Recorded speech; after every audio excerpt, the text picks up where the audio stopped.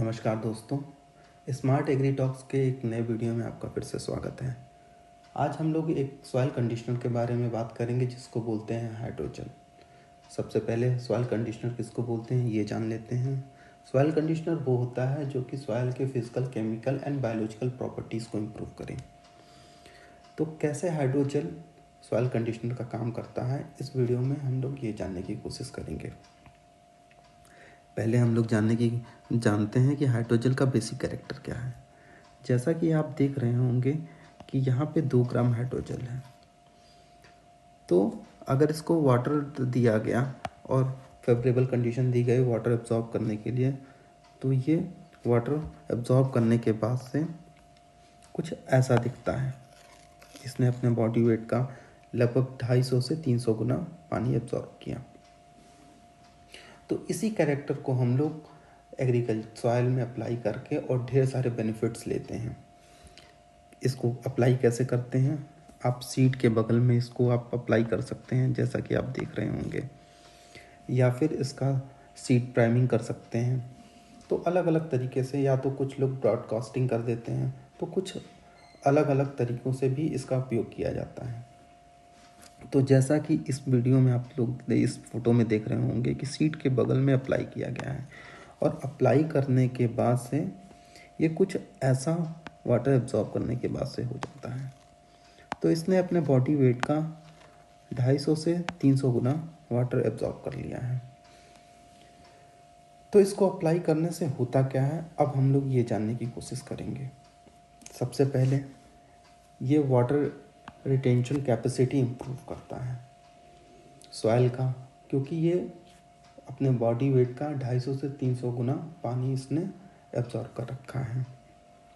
अगर ये पानी देता है तो इसके वजह से ये इरिगेशन की फ्रीक्वेंसी को रिड्यूस करता है, बार बार आपको इरिगेशन नहीं करना पड़ेगा, और वाटर रन ऑफ को भी ये कम करता है।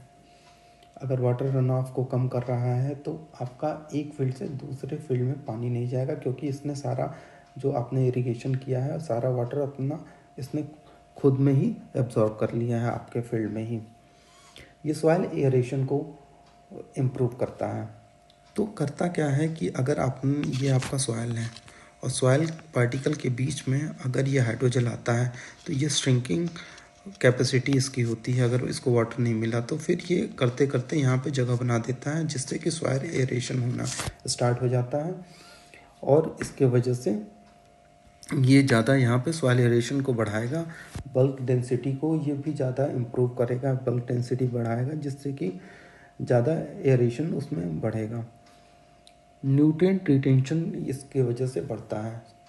अगर जो वाटर के साथ में न्यूट्रिएंट है वो लीच आउट हो जाता है ये सॉइल रूट से, तो उसको ये लीच आउट नहीं होने देता है। अगर यहाँ पे हाइड्रोजन पड़ा है तो जब भी आप न्यूट्रिएंट अप्लाई करेंगे तो ये अपना वाटर के साथ में न्यूट्रिएंट को एब्जॉर्ब किए रहता है, और जब पौधे को ज़रूरत रहेगी तो ये न्यूट्रिएंट को सप्लाई करता है। ये एक बैंक की तरह काम करता है, आप इस तरह से समझ सकते हैं। जहाँ पे भी अगर ज़्यादा मॉइस्चर रहेगा, मॉइस्चर अगर अच्छे कंडीशन में रहता है प्लांट, तो वहाँ पे माइक्रोब्स भी बढ़ते हैं। तो ये माइक्रोबियल एक्टिविटी को भी इंक्रीज़ करता है इसके साथ में। ये सॉइल मॉइस्चर को स्टेबलाइज करता है। कैसे स्टेबलाइज करेगा? सॉइल में मॉइस्चर होल्डिंग कैपेसिटी इम्प्रूव करता है। अगर मॉइस्चर होल्डिंग कैपेसिटी इम्प्रूव करेगा तो वहाँ पे सॉइल अगर है यहाँ पे, तो सॉइल में ज़्यादा मॉइस्चर, अब पहले से ज़्यादा मॉइस्चर होगा। और जो वाटर का एक कैरेक्टर ये होता है कि इसका स्पेसिफिक हीट कैपेसिटी ज़्यादा होता है। तो अगर जिसका जितना स्पेसिफिक हीट कैपेसिटी होता है उसका वो ज़्यादा स्टेबल होता है टेम्परेचर के मामले में। तो अगर सॉइल में अगर वाटर अगर बढ़ गया है तो उसी के वजह से इसका भी स्टेबिलिटी, सॉइल टेम्परेचर का भी स्टेबिलिटी इम्प्रूव हो जाता है। अब हम आते हैं प्लांट ग्रोथ पे कि ये प्लांट ग्रोथ में कैसे इफ़ेक्टिव है। तो ये सीड जर्मिनेशन को इम्प्रूव करेगा, क्योंकि अगर मॉइस्चर लेवल ज़्यादा है तो इसके वजह से सीड जर्मिनेशन भी अच्छा होगा, क्योंकि मॉइस्चर अच्छा है। मॉइस्चर अच्छा होने की वजह से इसका रूट भी अच्छा ग्रोथ होगा। मॉइस्चर के साथ में ये न्यूट्रिएंट को भी एब्जॉर्ब करके रखता है और सॉइल का बल्क डेंसिटी भी इम्प्रूव करता है। तो वहाँ पे जगह रहती है रूट के लिए तो अच्छा, क्योंकि जगह यहाँ पे सॉइल पार्टिकल्स के बीच में रहेगी तो उसके वजह से वहाँ पे रूट का ग्रोथ अच्छे से हो सकता है। अगर प्लांट का जर्मिनेशन अच्छा हुआ, रूट ग्रोथ अच्छा हुआ, तो उसके वजह से प्लांट ग्रोथ भी अच्छा होगा और बायोमास भी अच्छा होगा, क्योंकि न्यूट्रिएंट भी ये प्लांट को सप्लाई कर रहा है, वाटर भी सप्लाई कर रहा है। तो इसके वजह से अच्छा दोनों प्लांट ग्रोथ और बायोमास ग्रोथ दोनों होता है। अगर प्लांट ग्रोथ अच्छा होगा, रूट ग्रोथ अच्छा होगा, जर्मिनेशन अच्छा होगा, तो जाहिर सी बात है प्लांट की यील्ड और प्रोडक्टिविटी भी इम्प्रूव होगी। ये प्लांट की मोर्टेलिटी को रिड्यूस करता है, क्योंकि ड्रॉट अगर आएगा नहीं या तो फिर न्यूट्रिएंट अवेलेबल है तो उसके वजह से प्लांट कम मरेंगे। ये न्यूट्रिएंट अपटेक को इम्प्रूव करेगा। कैसे इम्प्रूव करेगा?